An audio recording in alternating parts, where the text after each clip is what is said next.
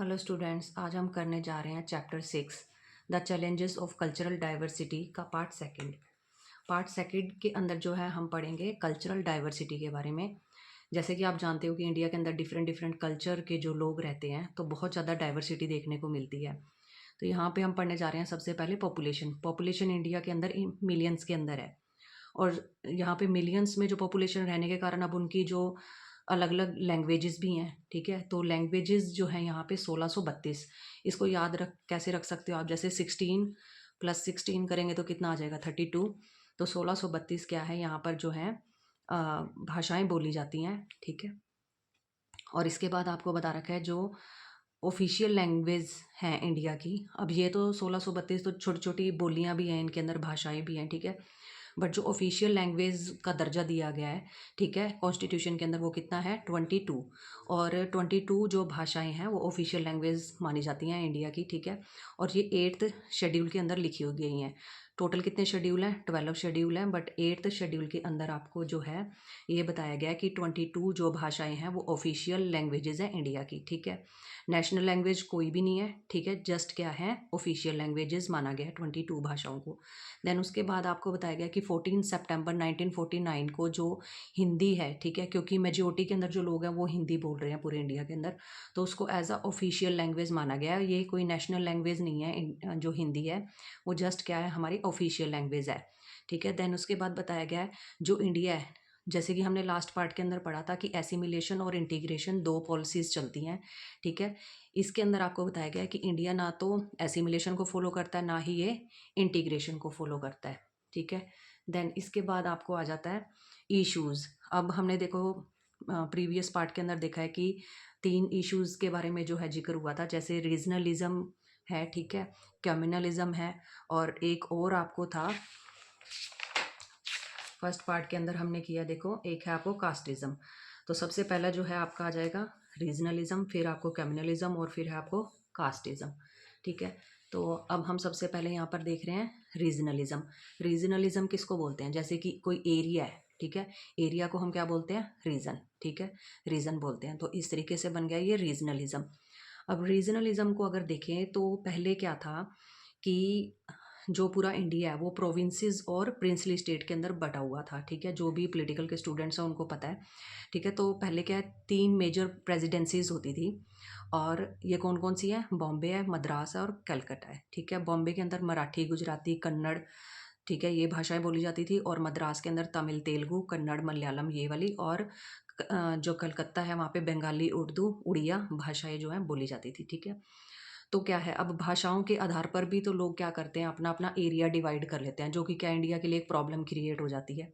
ठीक है, और प्रेसिडेंसीज के साथ साथ क्या होती थी, प्रिंसली स्टेट होती थी। ठीक है, जो प्रेसिडेंसीज होती थी यहाँ पे ब्रिटिशर्स जो अपना सीधा डायरेक्ट रूल चलाते थे अपना, और जो प्रिंसली स्टेट होती थी वहाँ पर क्या है, जो राजा होते थे वो अपना रूल चलाते थे इंडिया में। ठीक है, तो प्रिंसली स्टेट कौन सी बताई है, कश्मीर, मैसूर और बड़ौदा। ठीक है, देन इसके बाद आपको आ जाता है यहाँ पे रीजनलिज्म। रीजनलिज्म क्या है, कह रहे हैं is the expression of a common sense of identity and purpose by people within a specific geographical region, ठीक है, United bye it's unique language and culture.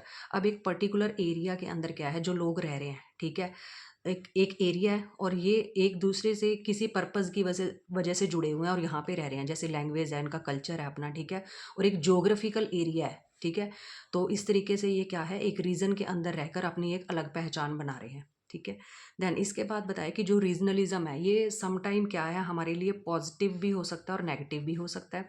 Positive कैसे होगा, जब एक एरिया के अंदर लोग मिलजुल के रहेंगे तो उससे क्या होगा, ब्रदरहुड की फीलिंग आएगी। ठीक है, अगर हम इसको नेगेटिव सेंस के अंदर कंसीडर करते हैं तो क्या होता है कि एक्सक्लूसिव अटैचमेंट हो जाती है, एक दूसरे की अटैचमेंट होगी यहाँ पे, और ये जो अटैचमेंट है ना, जिसके कारण क्या होता है कि एक तरह से थ्रेट भी पैदा होता है। अगर किसी और कम्युनिटी के साथ अगर कोई और रीजन या कोई और एरिया, अगर उसके साथ कोई भी प्रॉब्लम क्रिएट होगी तो आपस में क्या हो जाएगा, कन्फ्लिक्ट हो जाएगा। अब ये इतना ज़्यादा जुड़े हुए हैं अपने एरिया के साथ, ये सारे लोग इकट्ठे हो जाएंगे, अगर कोई भी इनको प्रॉब्लम क्रिएट होती है, इनके अपोज खड़े हो जाएंगे।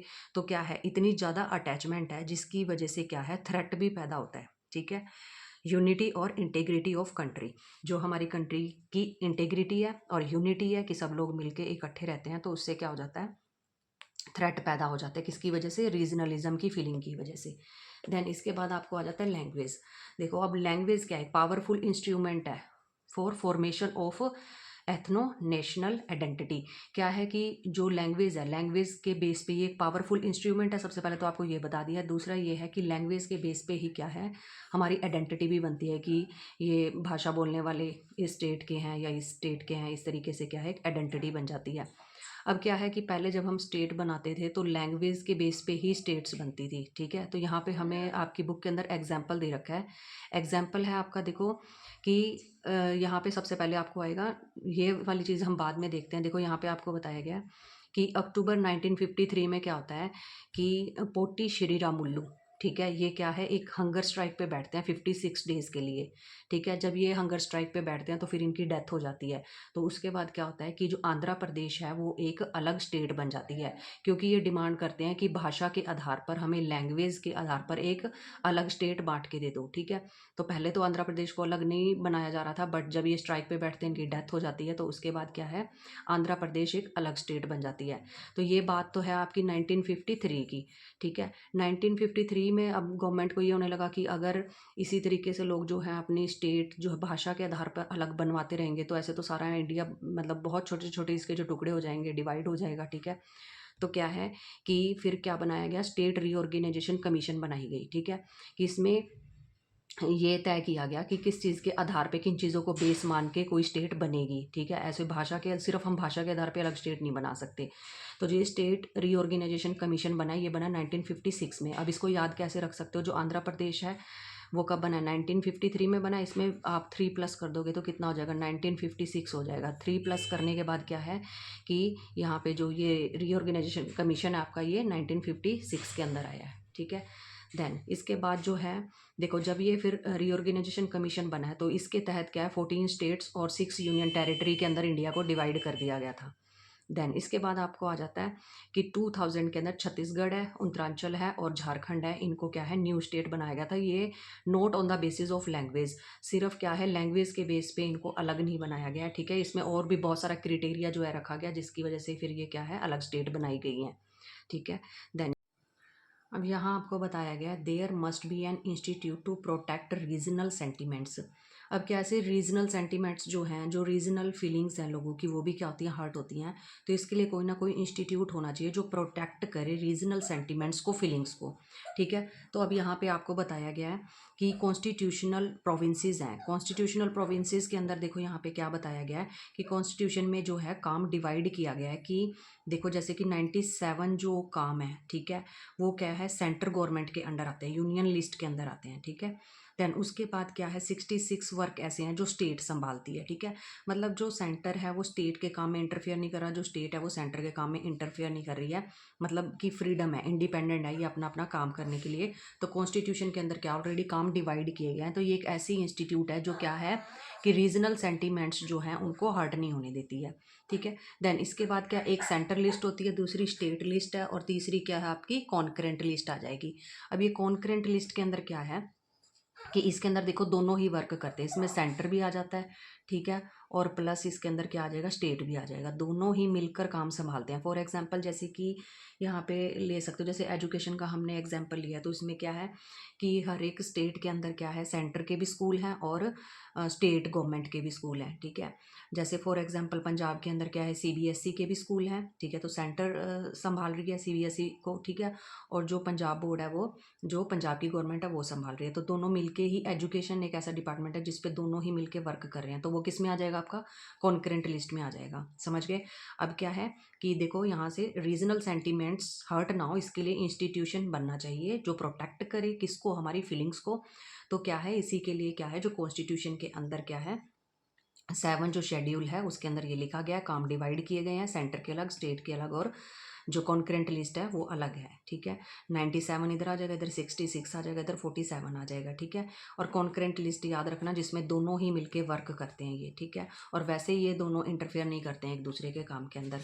देन इसके बाद आपको आ जाता है रीजनलिज्म। अब देखो कह रहे हैं कि रीजनलिज्म की वजह से कन्फ्लिक्ट कैसे आता है। कन्फ्लिक्ट तो आएगा ही, जैसे कि कुछ एक स्टेट्स जो हैं वो बहुत ज़्यादा रिच हैं, ठीक है, और कुछ एक स्टेट्स जो हैं वो ऐसी हैं जो बिल्कुल ही पुअर हैं। तो क्या है रिच और पुअर दोनों के अंदर क्या है कन्फ्लिक्ट आ जाता है। अब यहाँ पे क्या है, ड्यू टू प्राइवेटाइजेशन। अब ये जो कन्फ्लिक्ट है ये क्यों आया, क्योंकि हर एक स्टेट क्या है, रिच बनना चाहती है। और ये जो सिलसिला है इनका कब स्टार्ट होता है, 1991 में होता है, जब क्या है आपको ये ग्लोबलाइजेशन आती है, ठीक है, लिबरलाइजेशन आती है और प्राइवेटाइजेशन आती है। तो इसमें क्या है कि सारा का सारा क्या है, मतलब इंटर रिलेटेड होने लगती हैं कंट्रीज़ एक दूसरे से, ग्लोबलाइजेशन स्टार्ट हो गया, ठीक है। उसके अलावा क्या है, लिबरलाइजेशन मिल गया, फ्रीडम मिल गई है, आप कहीं पे भी ट्रेड कर सकते हो, ठीक है। और प्राइवेटाइजेशन हो गई है, ठीक है। प्राइवेटाइजेशन के लिए क्या है कि गवर्नमेंट रिस्पॉन्सिबल नहीं है हर एक को काम देने के लिए, आप लोग अपने पैरों पे खुद खड़े हो और खुद से अपना प्रॉफिट खुद कमाओ, ठीक है। तो हर एक बंदा क्या है कि मार्केट इकोनॉमी के अंदर आगे बढ़ना चाहता है, प्राइवेटाइजेशन हो चुका है, जिसके कारण क्या है हर एक पर्सनल मतलब कि ग्रोथ चाहता है अपनी। तो इससे क्या है, कुछ स्टेट रिच हो जाती हैं, कुछ पुअर हो जाती हैं, और रिच और पुअर दोनों के बीच में क्या है फिर कन्फ्लिक्ट आना स्टार्ट हो जाता है। देन इसके बाद आपको आ जाता है द नेशन स्टेट, और जो रिलीजन है वो क्या आपस में दोनों क्या हैं, रिलेटेड हैं। कोई भी नेशन स्टेट है, जैसे कि इंडिया है, ठीक है, इसकी अपनी टेरिटरी है और सॉवरेनिटी है, ठीक है। तो क्या है कि यहाँ जो नेशन स्टेट है और जो रिलीजन है वो दोनों आपस में इंटर रिलेटेड तो है ही हैं। अब देखो इशू एंड आइडेंटिटीज़ क्या है कि धर्म के नाम पे भी हमारी आइडेंटिटी बनती है, जिसकी वजह से फिर क्या है कोई ना कोई इशू क्रिएट हो जाता है। अब यहाँ पे आपको आ जाएंगे मेजर इशू कौन कौन से हैं, इसके अंदर आपको आएगा पहला सेकुलरिज्म। सेकुलरिज्म का मतलब क्या है कि ऑल रिलीजन आर इक्वल, कि जो इंडिया है वो किसी भी एक धर्म को प्रमोट नहीं करता, यहाँ पे सारे के सारे धर्म क्या हैं, इक्वल है। देन आ जाता है आपको कम्युनलिज्म। कम्युनलिज्म क्या है, एक तरह से धर्म के नाम पे लड़ाई झगड़ा करना। देन तीसरे नंबर पे आ जाता है आपको मेजोरिटी और मिनॉरिटी। अब पहले हम इसी टॉपिक को देख रहे हैं, मेजोरिटी और मिनॉरिटी को। अब क्या है कि इनके बीच में भी आपस में बहुत सारी प्रॉब्लम्स आपस में चलती रहती हैं। तो जो हमारा कॉन्स्टिट्यूशन है वो प्रोटेक्ट करके चलता है मिनॉरिटी क्लासेस को। अब minority rights and nation building. अब क्या है कि नेशन बिल्ड करने के लिए जो मिनॉरिटी के अंदर जो भी लोग हैं ना, तो उनको क्या है प्रोटेक्ट करके ही चलना पड़ेगा, तभी क्या है नेशन हमारा डेवलप कर सकता है।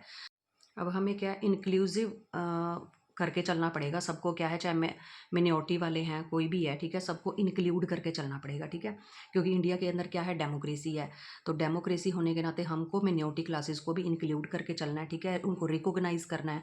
बहुत ज़्यादा क्या है इंडिया के अंदर डाइवर्सिटी है, और उसके अलावा प्लूरैलिटी भी है, ठीक है। देन उसके बाद क्या आ जाता है कि अगर ये लोग जो हैं इतनी डाइवर्सिटी के अंदर है, मिनॉरिटी वाले जो हैं, ठीक है, इनके साथ क्या है कि डेमोक्रेसी है, तो इसलिए क्या है हमें इनके साथ डिस्क्रिमिनेशन नहीं करना है, इनको क्या है इंक्लूसिव करके साथ में चलना है, इनको पहचानना होगा, ठीक है, और इनको अपलिफ्ट करना होगा, क्यों, नेशन बिल्ड करने के लिए। देन जो कॉन्स्टिट्यूशन है वो क्या कहता है, इंक्लूसिव नेशनलिज्म। हमको क्या है इंक्लूसिव नेशनलिज्म की फीलिंग लेकर आनी होगी, सबको इंक्लूड करके चलना होगा। देन इसके बाद आपको कहते हैं कि कुछ लोग ना मिनॉरिटी के अंदर प्रिविलेज्ड भी हैं। प्रिविलेज्ड का मतलब यहाँ पे क्या है कि उनको उनके पास सारी सुख सुविधाएं हैं, फैसिलिटीज़ वेल ऑफ, क्या है कि उनके पास सारी की सारी जो है एक लाइफ अच्छी बेटर लाइफ बिताने के लिए जो भी चीज़ें चाहिए होती हैं वो सारी की सारी फैसिलिटीज़ हैं। तो क्या है जो लोग मिनॉरिटी के अंदर हैं, मिनॉरिटी के अंदर मतलब कि जो कम संख्या के अंदर जो लोग हैं वो प्रिविलेज्ड भी हैं, बहुत अच्छे मतलब कि फैसिलिटीज़ के ऊपर वो लोग बैठे हैं, ठीक है। देन इसके अंदर अब कौन कौन से आ जाते हैं, जो लोग मिनॉरिटी के अंदर है, सिख आ जाते हैं, मुस्लिम आ जाते हैं, जैन आ जाते हैं और क्रिश्चियन आ जाते हैं, ये सारे के सारे क्या है कम गिनती के अंदर है, ठीक है। अब यहाँ पे इसके बाद क्या है, देखो एक तो हो गया आप यहाँ पे आपका प्रिविलेज्ड मिनॉरिटी आ गया, ठीक है। देन आपको आ जाएगा डिसएडवांटेज ग्रुप। डिसएडवांटेज ग्रुप के अंदर क्या कह सकते हैं कि कुछ, अब देखो कुछ लोग तो प्रिविलेज्ड वाले हैं, अच्छी सहूलतें लेकर बैठे हैं, ठीक है, मिनॉरिटी के अंदर है चाहे वो, बट कुछ एक डिसएडवांटेज भी है कि उनके पास कुछ भी नहीं है। तो यहाँ पर क्या बता रहे हैं आपको, जो मिनॉरिटीज़ हैं उनके साथ भी हमको क्या करना होगा, कलेक्टिविटी की फीलिंग रखनी होगी, कलेक्ट करके उनको साथ लेके चलना होगा।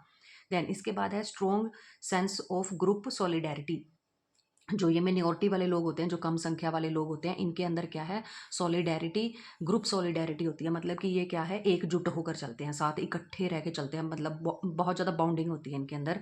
A feeling of togetherness and belongingness, ये आपस में एक दूसरे से टुगेदरनेस मतलब कि जुड़े हुए रहते हैं, ठीक है। देन इसके बाद है the experience of being subjected to prejudice and discrimination usually heightened feelings of intra group loyalty and interest. ये क्या कह रहे हैं कि अगर इनके ग्रुप के साथ मतलब कि मान लो कोई मिनॉरिटी ग्रुप है, अगर इनके ग्रुप के साथ कोई भी प्रेजुडिस कर रहा है, मतलब पहले जजमेंट बना रहा है गलत गलत तरीके से, और दूसरा क्या इनके साथ डिस्क्रिमिनेशन कर रहा है, ठीक है, तो ये लोग बहुत जल्दी क्या है लॉयल्टी, एक दूसरे के साथ बहुत ज़्यादा लॉयल होते हैं, और बहुत ज़्यादा क्या है बिलोंगिंगनेस की फीलिंग के साथ जुड़े हुए होते हैं। और ठीक है, अपने इंटरेस्ट के लिए ये लोग क्या है एकजुट होकर फिर क्या करते हैं, सामना करते हैं जो भी इनको प्रॉब्लम्स आती हैं। कह रहे हैं कि मिनोरिटीज में be disadvantage in one sense but not in other. अब क्या कह रहे हैं कि जो मिनोरिटी क्लास है वो डिसएडवांटेज एक लेवल पर हो सकती है, बट ये नहीं है कि हर एक सेंस पर वो क्या है मतलब कि उनको डिसएडवांटेज भी मिलती हों। फॉर एग्जाम्पल जैसे कि इन्होंने बताया कि इकोनॉमिकली मतलब कि क्या है कि हो सकता है कि जैसे यहाँ पे हमने पढ़ा है प्रिविलेज्ड मिन्योरिटी, कुछ एक मिन्योरिटी वाले लोग ना बहुत रिच हैं, ठीक है, बहुत अच्छी पोजीशन के ऊपर बैठे हैं, इकोनॉमिकली तो क्या है ये अप है, ठीक है, बट ये कम संख्या में है। कम संख्या में होने के कारण क्या है, ये अपने कल्चर को ज़्यादा प्रमोट नहीं कर पाते हैं, ठीक है, तो कल्चरल में ये क्या है डाउन है, बट इकोनॉमिकली क्या है ये रिच है। तो इस तरीके से कहते हैं कि जो मिन्योरिटी में be disadvantage in one sense but not in another, एक सेंस में डिसएडवांटेज हो सकती है बट दूसरे में नहीं। देन इसके बाद आपको है need protection due to dominance of majority. अब जो मेजोरिटी वाले लोग हैं, जो ज़्यादा संख्या के अंदर लोग हैं, ठीक है, वो क्या करते हैं मतलब कि इनको कुछ ना कुछ डिस्क्रिमिनेशन करते रहते हैं, तो इनको क्या है प्रोटेक्शन की भी ज़रूरत है मिनोरिटी वालों को। मेजोरिटी सोर्स ऑफ पावर, क्योंकि जहाँ पे मेजोरिटी होगी ना वो सोर्स ऑफ पावर के अंदर आ जाएंगे, सारी की सारी पावर उनके पास होती है, ठीक है। Why minority is politically vulnerable, कह रहे हैं कि जो मिनोरिटी क्लास है वो वल्नरेबल क्यों है, तो इसका आंसर यहाँ पे दिया हुआ है। जो मेजोरिटी कम्युनिटी है वो क्या कहते हैं कि विल कैप्चर पॉलिटिकल पावर। जो मेजोरिटी वाले हैं वो इलेक्शन में खड़े हो गए, ठीक है, उनको सीट्स मिल चुकी हैं और वो जीत भी गए हैं, ठीक है, तो सारी की सारी पावर किनके हाथ में आ गई, मेजोरिटी के हाथ में आ गई है। देन क्या होता है, use the state machinery to suppress their religion और कल्चरल इंस्टीट्यूशन। तो ये क्या करते हैं, जो मेजोरिटी वाले हैं ये मिनोरिटी क्लास, अब इनके पास पावर आ गई है, ठीक है, तो पावर आने के बाद ये इनको क्या कर सकते हैं, सप्रेस कर सकते हैं, इनके इंस्टीट्यूशन को, इनके कल्चर को दबा सकते हैं, ख़त्म कर सकते हैं, ठीक है। देन इसके बाद आ जाता है यहाँ पे टू थिंग्स, हमें और भी चीज़ें देखने को मिलती हैं इसी कॉन्सेप्ट के अंदर ही आ जाएगा। जैसे कि फर्स्ट आपको बताया गया है कि minorities are an explosive force which if it erupt can blow up whole fabric of state. कहते हैं कि अगर ये ब्लास्ट हुई ना, अगर ये ब्लास्ट होंगे, जो मिनोरिटी वाले अगर ये ब्लास्ट होंगे तो सारे के सारे फैब्रिक ऑफ स्टेट, सारे के सारे स्टेट को क्या है जला के रख देंगे, ठीक है, कि इतना तेज़ इनका ब्लास्ट होगा। अगर ये अपने राइट्स के लिए उठ खड़े होंगे तो किसी भी हद तक ये लोग जा सकते हैं, ठीक है, इनका एक्सप्लोजन हो सकता है। देन सेकेंड इसमें बताया गया है कि जो minorities in India have agreed to place their existence in hands of majority. यहाँ पे बताया है कि जो मिनोरिटी वाले हैं ना वो खुद एग्री हुए हैं, वो खुद एग्री हुए हैं कि अगर कोई मेजोरिटी के अंदर बंदा इलेक्शंस के अंदर खड़ा होता है तो हम खुद उसको वोट दे के क्या करेंगे, जिता देंगे, ठीक है, बट क्या होगा उनको उनकी भी शर्तें माननी होंगी।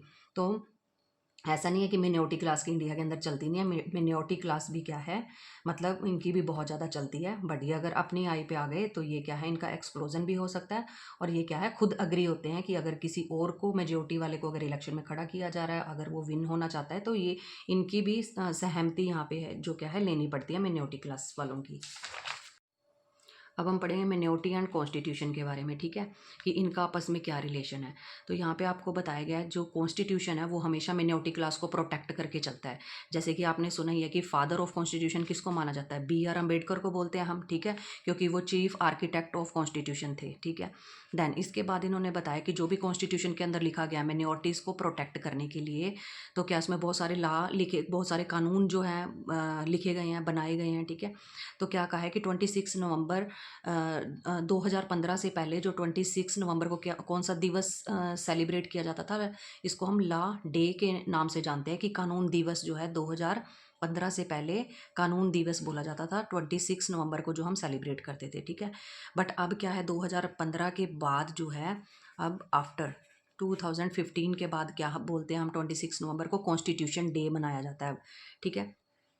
अब कह रहे हैं स्ट्रॉन्ग एंड यूनाइटेड नेशन, अगर हमको स्ट्रॉन्ग और यूनाइटेड नेशन बनाना है तो क्या करना होगा, when all the section, society के अंदर रहने वाले, इंडिया के अंदर रहने वाले जितने भी सेक्शन है, चाहे वो मिनोरिटी में, चाहे वो मेजोरिटी में, किसी भी कास्ट के, किसी भी धर्म के हैं, ठीक है, when all the section of people had freedom to practise their religion and develop their culture and language. कहते हैं कि हम किसी भी नेशन को स्ट्रॉन्ग तब बना सकते हैं अगर वहाँ के जो पीपल हैं उनको फ्री कर दिया जाए, उनको बिल्कुल आज़ादी है कि वो अब प्रैक्टिस करें अपने रिलीजन को, कैसे मर्जी धर्म को अपने प्रमोट करें, ठीक है, अपने कल्चर को बचा के रखें, अपनी लैंग्वेज को बचा के रखें। जब हम उनको फ्रीडम दे देंगे रिलीजन के मामले में, लैंग्वेज के मामले में, ठीक है, और उनके धर्म के मामले में, तो क्या है कि वो और ज़्यादा क्या है खुल के अपनी लाइफ जी पाएंगे, जिससे क्या है वो जो नेशन है वो यूनाइटेड हो पाएगा, ठीक है। देन इसके बाद आपको बताया गया कि कॉन्स्टिट्यूशन में जो है मिनॉरिटी क्लासेस के लिए जो क्या है, कौन कौन से लाभ बनाए गए हैं, देखते हैं हम। आर्टिकल 29 बिल्कुल ईजी है ये और इम्पोर्टेंट भी है, ठीक है। अब देखो क्या बताया गया है। आर्टिकल 29 का जो फर्स्ट पार्ट है इसके अंदर बताया गया है any section of the citizen residing in the territory of India, अगर इंडिया के अंदर कोई भी सेक्शन रह रहा है, किसी भी जाति या धर्म का कोई भी पर्सन अगर रह रहा है, और एनी पार्ट दीज और हैविंग अ डिस्टिंक्ट लैंग्वेज, और वो जो सेक्शन है मतलब कि मान लो कि एक ग्रुप है, उसकी एक अलग लैंग्वेज है, एक अलग स्क्रिप्ट है, ठीक है, और एक अलग कल्चर है, of its own shall have the right to conserve the same. तो ये उसी की जिम्मेदारी है कि वो अपने धर्म को किस तरीके से कंजर्व करके रख सकता है, बचा के रख सकता है, अपनी लैंग्वेज को, अपनी स्क्रिप्ट को, अपने कल्चर को।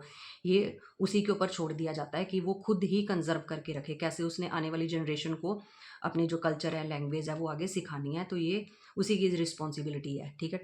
आर्टिकल 29 के फर्स्ट पार्ट में ये लिखा हुआ है। देन इसके बाद आ जाता है सेकंड पार्ट। सेकंड पार्ट में आपको बताया गया no citizen shall be denied admission in the any educational institution maintained by the state और received out of the fund on ground. अब यहाँ पे और आएगा, ठीक है। देन यहाँ पे क्या बताया गया कि कोई भी सिटीजन जो इंडिया के अंदर रह रहा है, ठीक है, अब यहाँ पे कोई भी इंस्टीट्यूशन है, एजुकेशनल इंस्टीट्यूशन है इंडिया के अंदर जितने भी हैं, ठीक है, तो इंडिया के अंदर जितने भी ये इंस्टीट्यूशन है, इसमें किसी को भी हम क्या है एडमिशन देने से मना नहीं कर सकते अगर वो एजुकेशनल इंस्टीट्यूशन गवर्नमेंट से क्या कर रहा है, फंड ले रहा है, ठीक है। किसी भी टाइप का अगर फंड ले रहा है तो वो किसी भी बच्चे को या किसी भी ह्यूमन बीइंग को रेस के नाम पे, कास्ट के नाम पे, लैंग्वेज के नाम पे, रिलीजन के नाम पे क्या है एडमिशन देने से मना नहीं कर सकते। बिल्कुल ईजी है। जो फर्स्ट वाला है उसके अंदर बताया गया है कि कोई भी कम्युनिटी है और वो अपने धर्म को, जात को, ठीक है, अपनी लैंग्वेज को, अपनी स्क्रिप्ट को अगर बचा के रखना चाहती है तो ये उसी की जिम्मेदारी है कि वो बचा के रख सकते हैं, आपको फ्रीडम है। सेकंड में ये बताया गया कि कोई भी एजुकेशनल इंस्टीट्यूशन अगर कोई भी कम्युनिटी चला रही है, ठीक है, और अगर वो फंड भी ले रही है गवर्नमेंट से, तो वो किसी को भी एडमिशन देने से मना नहीं कर सकती कास्ट, रिलीजन, लैंग्वेज के नाम पे। देन आपको आ जाता है इसके बाद आर्टिकल 30। इसके भी टू पार्ट्स हैं। देखो इसमें क्या बताया गया आपको कि all minorities whether based on religion or language shall have the rights to establish and administrative educational institution of their choice.